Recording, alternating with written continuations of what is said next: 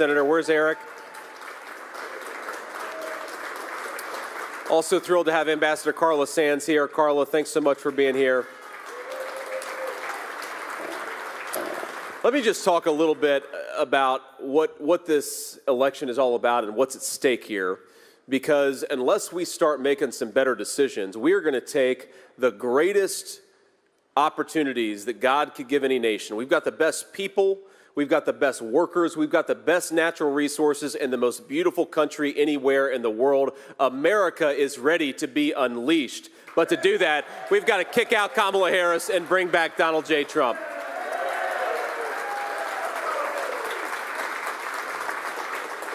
Now, we're here, of course, in a great facility, Diasor, but I'm going to call on the leader of this great company here at the end. And what I'll do here is give a little bit of a background on why we're here in North Philly, and then I'll take a few questions from reporters, and then I'd love to bring up a couple of local business leaders to sort of bring it home and talk about why we care about these things that we care about. But look, we have a country that is being failed by its present leadership. And don't let anybody gaslight you here, because Kamala Harris is running around the country and saying that on day one, she wants to bring the cost of goods and the cost of housing under control. She says that on day one, she wants to make groceries and homes more affordable for American citizens. Well, Kamala Harris, where have you been? Because you've been vice president for about 1,300 days. Day one was 3.5 years ago. You should have been doing your job then and not promising to do it now. Let's just take stock of the economic record of Kamala Harris. Electricity is up 30%. Food, that's right, food is up more than 20%. Gasoline is up 50%. And this is all because of the policies of Kamala Harris. This is the person who's promising that she's going to fix the very problems that she has been creating for 1,300 days. And now she wants the American people to give her a promotion. My friends, I think it's time for the American people to say to Kamala Harris, you are fired. We want Donald J. Trump.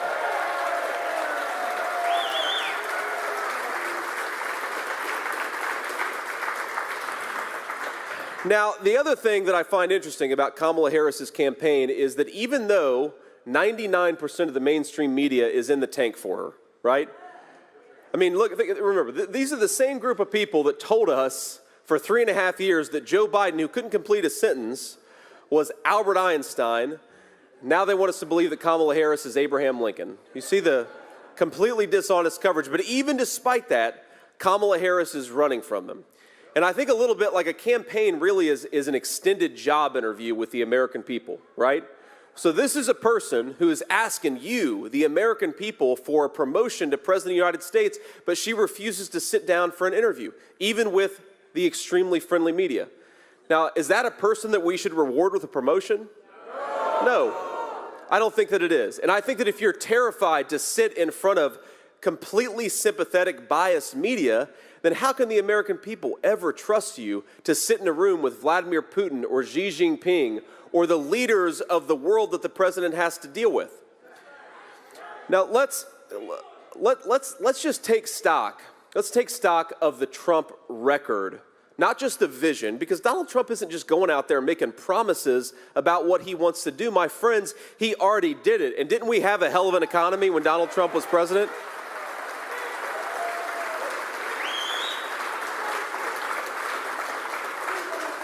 Here's what we're going to do. We are, first of all, going to unleash Pennsylvania energy workers. We are going to drill, baby, drill.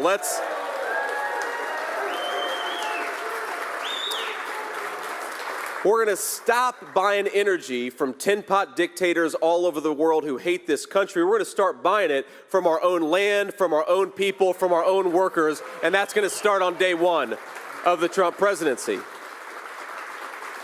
And when we do that, my friends, we're going to bring down energy costs, not just for American families and American consumers. We're going to bring it down for American manufacturers and American businesses like Diasor, where we're sitting right now. Now, these guys, I mean, Kamala Harris talks about how she wants to stand for the little guy. And yet her energy policies have driven up the cost of energy and food for everyday citizens. She says that she wants to bring American manufacturing back to this country. Well, Kamala, if you really, really want to bring American manufacturing back to this country, might I suggest you vote for Donald J. Trump. Get out of this race and bring back a president who knows how to do it. Remember, when Trump was president, when he became president for 16 years, this country had lost 60,000 factories. That was the record before he became president. He becomes president over 4 years, we had 12,000 factories. Undid a lot of the damage, and he's going to undo a lot more of it if we give him another 4-year term. Are we going to do that? Absolutely we are. We have got to stop the Chinese and everybody else from undercutting the wages of American workers. If you want access to American markets, you ought to deal fairly with the American working people, union and non-union alike. We are going to stop the Chinese from building their middle class on the back of the American middle class, aren't we?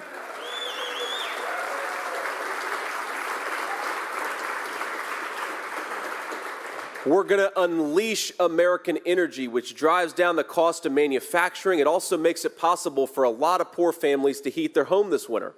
The thing that bothers me so much about Kamala Harris's policies is that real people suffer when she refuses to do her job. Real people. Ladies and gentlemen, I grew up in a poor family. I remember talking with my mamaw during very cold winter nights about how low could we turn the heater and still be able to live comfortably in our house that night. That's the conversation that American families have every single day when you have a vice president like Kamala Harris who's raising energy prices instead of lowering energy prices. It is a disgrace. I think whether you're rich or poor, if you work hard and play by the rules in this country, you ought to be able to afford to heat your home on a cold winter night. Ain't that right?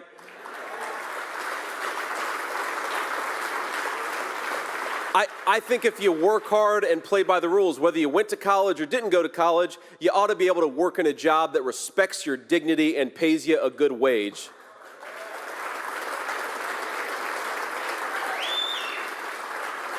And I believe whether you're the owner of a company like Dysorb or a worker in a company like this, you ought to have a president who stands up for your business and your job instead of a vice president, Kamala Harris, who's been trying to tear all that stuff down.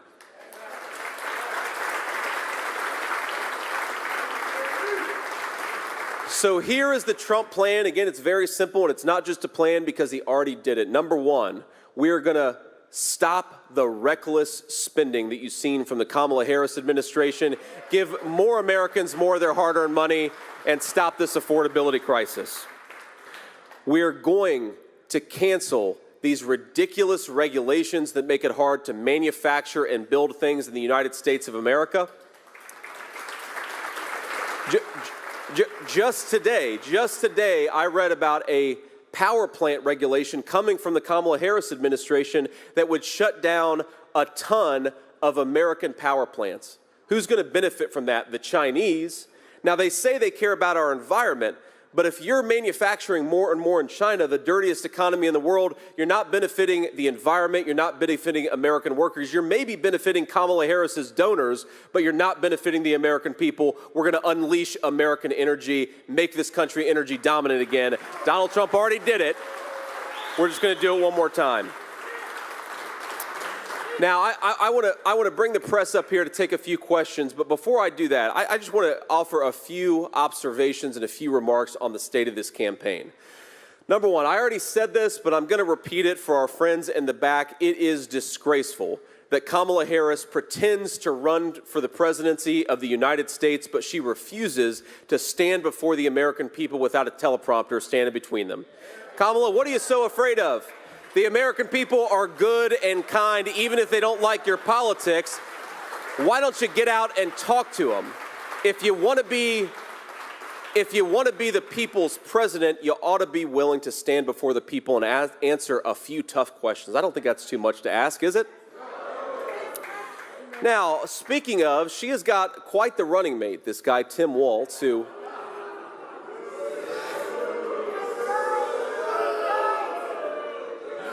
Tim Walz, I swear, before but before the end of the campaign, Tim Walz is going to be talking about how he was carrying an M16 through the jungles of Vietnam. But this guy, everything that comes out of his mouth about his military service is at least 25% a lie. And, you know, it occurred to me, the closest Tim Walz has ever come to combat, even though he says he carried a weapon in war, the closest Tim Walz has ever come to combat is when he let rioters burn Minneapolis to the ground a few years ago, right? But he acts like such a tough guy, my friends. I don't know if you saw this, but Tim Walz said that he would debate me anytime, anywhere. So he threw out October 1st, a debate moderated by CBS, which I'm sure is going to be in the tank for the Democrats, but who cares? Because I respect the American people to go before hostile media.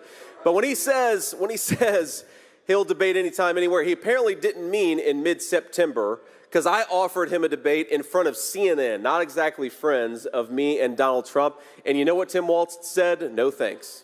Because they are hiding from the American people. My message to Kamala and Tim Walz, but especially to the American people, is the American people deserve to be led by somebody who is willing to get out there and talk to people. Kamala and Tim, stop hiding in the basement, get out there and campaign. We'd all appreciate it quite a bit.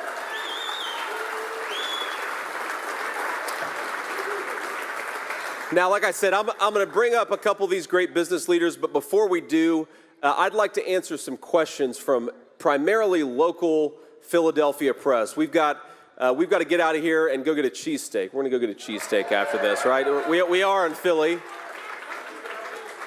But any recommendations? Okay, all right, okay.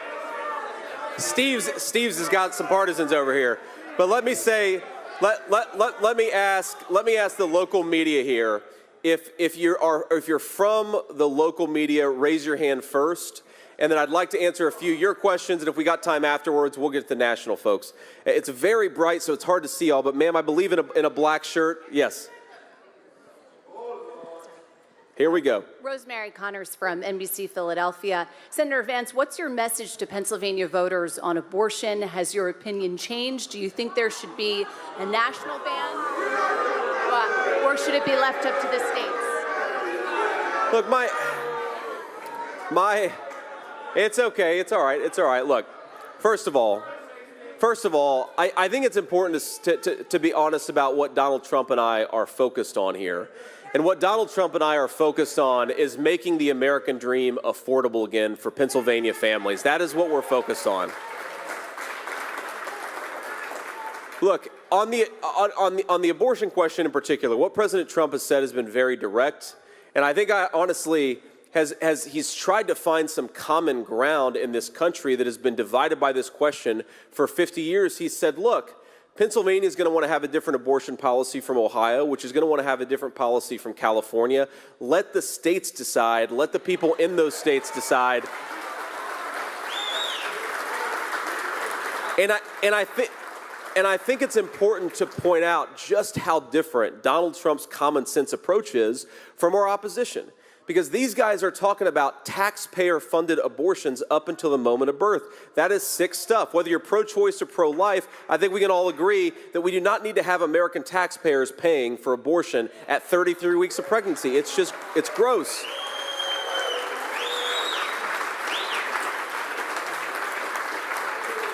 And the final point that I'd say on this is President Trump and I believe very, very deeply that we want Americans to feel like they can afford to have families again. The biggest problem that we have in this country, you talk to young women who have a pregnancy, especially an unexpected pregnancy, and a lot of them feel like they don't have options because how are you going to feed a baby in today's economy? How are you going to house a baby with rent where they are? We want to make American family life affordable again, and I think that's the best way to promote a culture of life in this country. Thank you all. Again, local PA reporters first, ma'am. Hi there, Aaliyah Schneider, the Philly Inquirer. How often can we expect you to be in Pennsylvania, and where are you getting your cheesesteak and why? Well, I'm going to be in Pennsylvania as much as you find people will have me. How does that sound, all right? Look,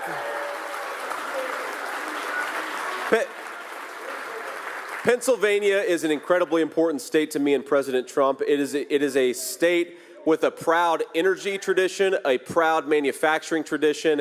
We believe that if we make more stuff in America, Pennsylvania workers and Pennsylvania families are going to benefit. So we're going to be here a lot, taking our message to the whole state, because who wants to make more stuff in the United States of America? Who wants to build more factories in the United States of America? Who wants to rely on American workers and not on Chinese workers right here in the state of Pennsylvania? This is a very, very important state for us.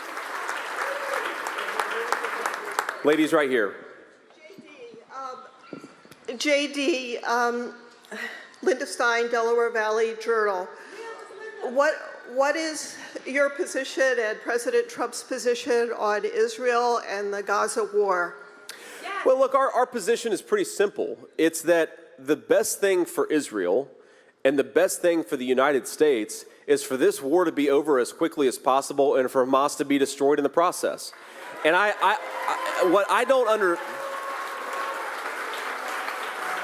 Linda, what I don't understand is you have Kamala Harris, who says that she's really concerned about civilian casualties. Well, I'm very concerned about civilian casualties too. But if you're concerned about civilian casualties, you want the war to be over as quickly as possible, and you want to destroy Hamas's ability to fight. She's pursuing policies that are doing exactly the opposite, prolonging the war as long as possible and not allowing Israel to finish the job against Hamas. It's the worst of all possible worlds. Donald Trump is going to return strength to the American foreign policy scene. And just one more observation about this. This is especially to anybody watching who is skeptical of Donald Trump, who remembers when the American media said that Donald Trump was going to start a nuclear war. Did anybody notice that the country and the world were at greater peace under the presidency of Donald Trump than anybody, Democrat or Republican, who came before? It's kind of amazing, actually, because I remember when all of you, meaning the media, all the media said that this guy was going to start World War III. We are on the brink of World War III thanks to Kamala Harris's leadership. We got to get strong American leadership back in there to bring a little bit of calm back to the world.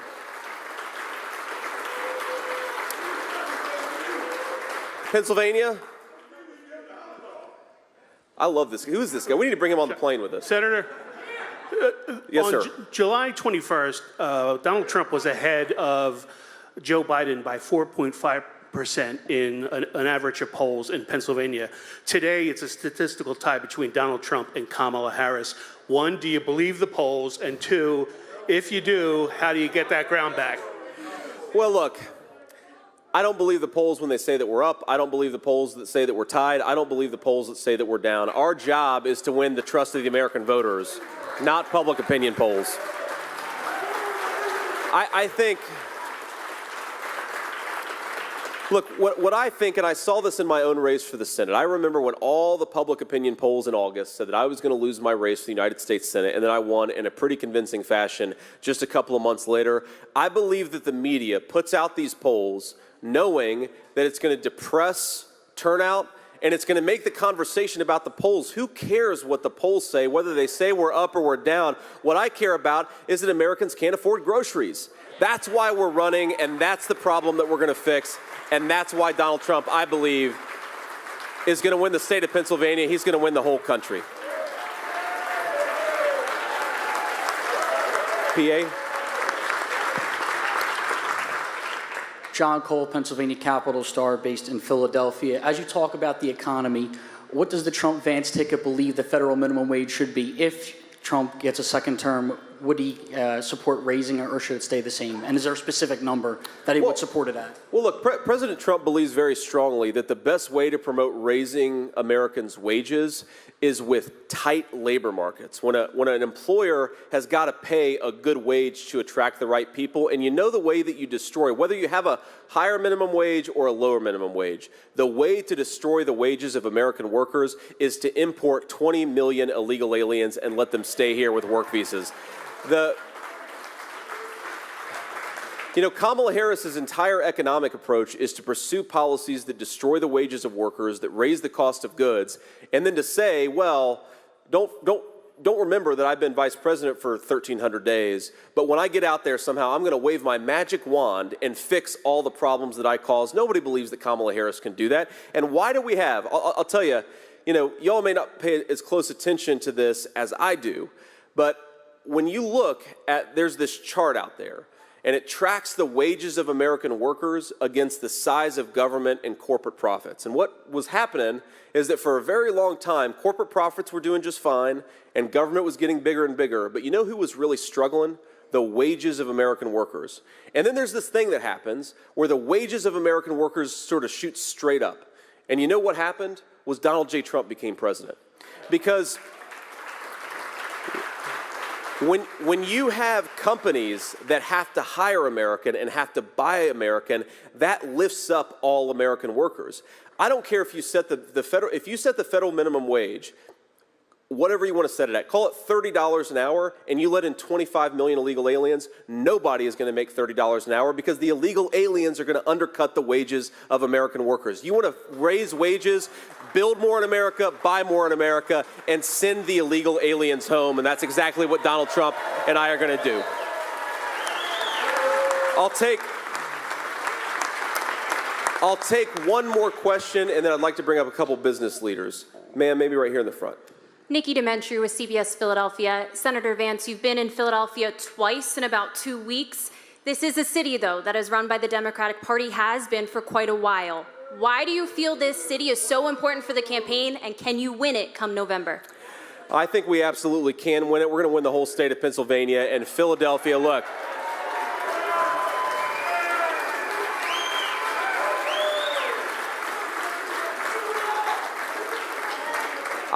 I'd ask voters in Philadelphia and across the whole state a very simple question. Has your life been better off under Democrat leadership? Have your communities gotten safer under Democrat leadership? Have your wages kept up with affordability under Democrat leadership? And because the answer is no, I think that Americans, Pennsylvanians, and the citizens of this city are ready for a change. They're ready for the presidency of Donald J. Trump. All righty. Now on the topic of Americans being ready for a change, I want to call up a couple business leaders who have built great businesses right here in Philadelphia. And I want to start with the leader of Dysor, where of course we're sitting right now. Ted, come on up here. Give a round of applause for Ted.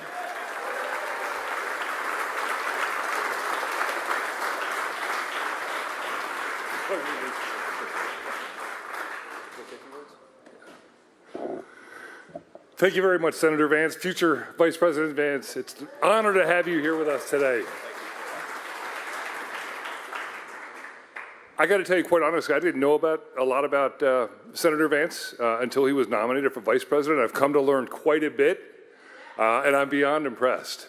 He's the guy we need, along with Donald J. Trump, to lead this country the next 4 years.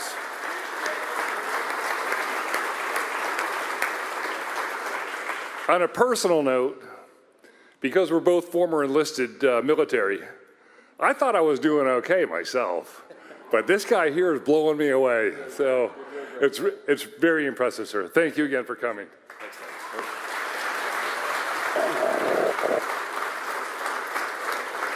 Ted, I appreciate the kind words and appreciate this great company that you built. I now want to call up, and Sam, don't be mad at me if I screw up your last name here, but Sam Theavanayagam. I got it? Okay. I hear people just call him Sam T. So Sam T, come up here and say a few words. Give a round of applause for Sam T.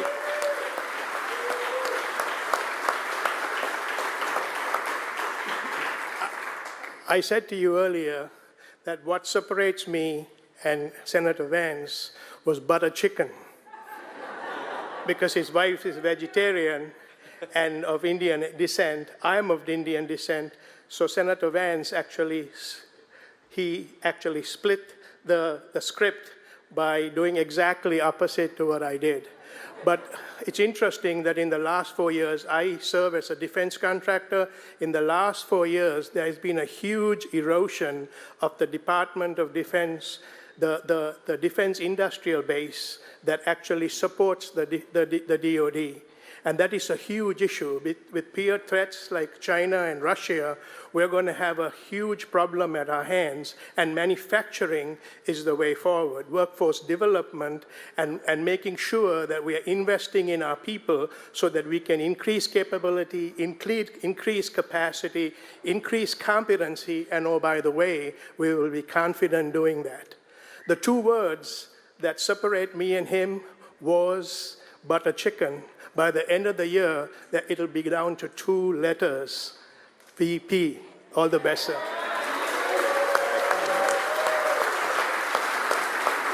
All right. And said it better than I could. On that note, thank you all. God bless you. Let's go elect Donald J. Trump in November. Thank you for having us.